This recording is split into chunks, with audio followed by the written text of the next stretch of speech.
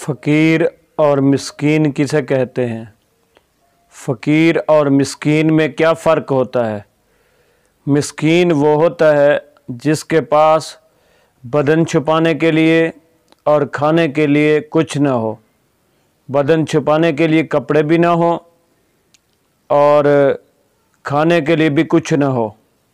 फ़कीर कहते हैं जिसके पास कम अज़ कम एक दिन के लिए खाने का भी और बदन छुपाने के लिए कपड़े भी हों। तो फ़कीर के लिए बग़ैर ज़रूरत के मांगना हराम व नाजायज़ है। इसी तरह जो मिस्कीन है उसको मांगने की इजाज़त है। लेकिन आजकल के दौर में देखा जाए बहुत सारे ऐसे हैं जो भीख मांगने की जिनको आदत पड़ गई है। वो भीख मांग रहे होते हैं, लोगों से पैसे मांग रहे होते हैं, लेकिन वो हकदार नहीं होते। वो बल्कि अक्सर तो ऐसे हैं जो हकदार नहीं होते वो पैसे मांग लेते हैं। जो मुस्तहिक होते हैं, हकदार होते हैं, वो सवाल ही नहीं करते, मांगने में शर्म महसूस करते हैं। आजकल ज़्यादातर पेशावर जो फ़कीर हैं, मांगने वाले हैं, वो बहुत ज़्यादा तादाद है।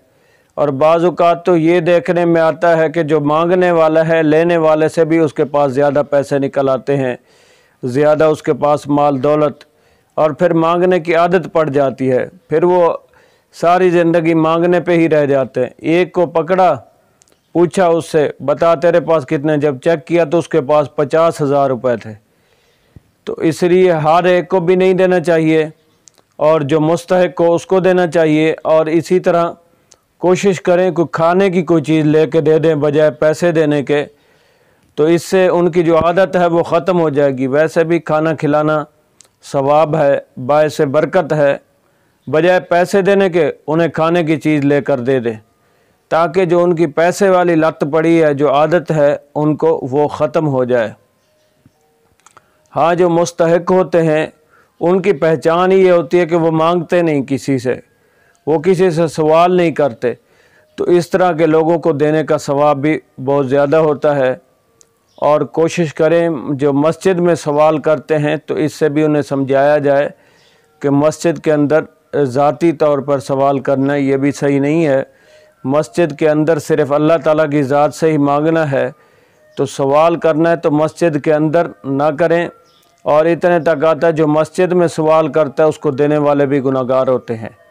तो इसलिए मस्जिद के अंदर सवाल व जवाब, ये जो मांगने वाले आते हैं इन्हें समझाना चाहिए कि मस्जिद के अंदर ये मांगने वाला सिलसिला ना करें। अल्लाह ताला हमें दीनी मसाइल को समझने की तौफीक अता फ़रमाए।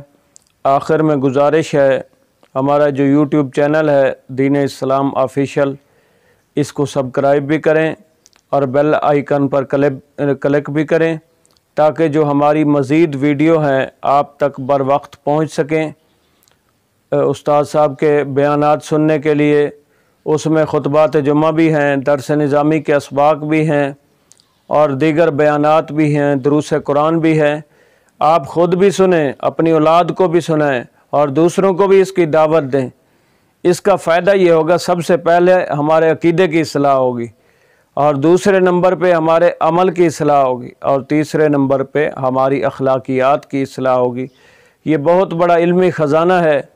वैसे तो हमारी नौजवान नस्ल बहुत गुनाहों की तरफ लगी हुई है, बस वो पैकेज लगाया और फिल्में ड्रामे देख के पैकेज ख़त्म, पैकेज लगाया उल्टा गुनाह भी कमा लिए। तो हमें चाहिए ये जो पैकेज लगाते हैं इससे कोई बयानात सुने, दीनी मसाइल सुने, दुरूस कुरान सुने और नमाज सीखें। इससे दीन को सीखने का ज़रिया बनाएं, इल्म को सीखने का ज़रिया बनाएं।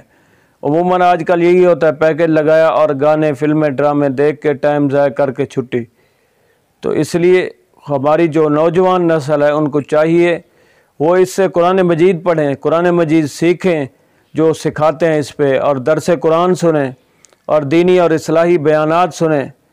तो फिर नतीजा ये निकलता है 20-20 साल उम्र हो जाती है, बल्कि बुढ़ापे तक पहुंच जाते हैं, पहला दूसरा कलमा नहीं आता होता। तो दीन के बुनियादी मसाइल और ज़रूरी मसाइल हमें नहीं आते होते।